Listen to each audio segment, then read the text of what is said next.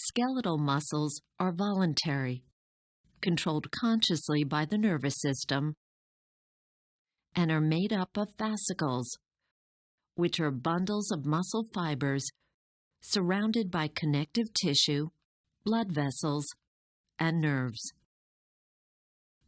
Motor nerve axons supply one or more skeletal muscle fibers, constituting a motor unit. Inside a muscle fiber, thread-like structures called myofibrils are organized into contractile units or sarcomeres, reflecting the striations characteristic of skeletal muscle. Each sarcomere is made up of thick and thin myofilaments, strands of proteins called myosin and actin. Myosin forms thick filaments. Actin forms thin filaments.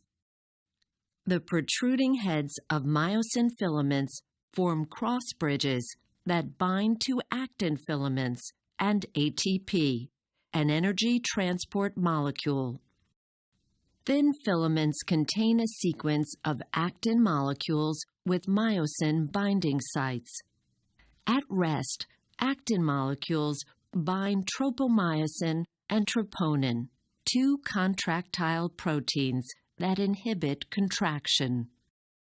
Skeletal muscle contraction begins at the muscle fiber's plasma membrane or sarcolemma, with invaginations called transverse or T-tubules that surround each myofibril and open to the extracellular space.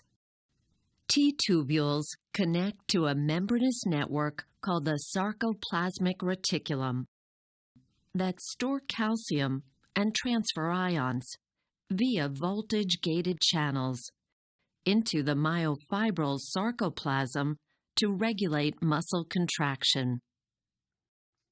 In the first step of muscle contraction, called excitation, a motor nerve fires an impulse, or action potential, across the neuromuscular junction, depolarizing the sarcolemma and generating an action potential that spreads through the sarcolemma into the T-tubules and excites the muscle fiber.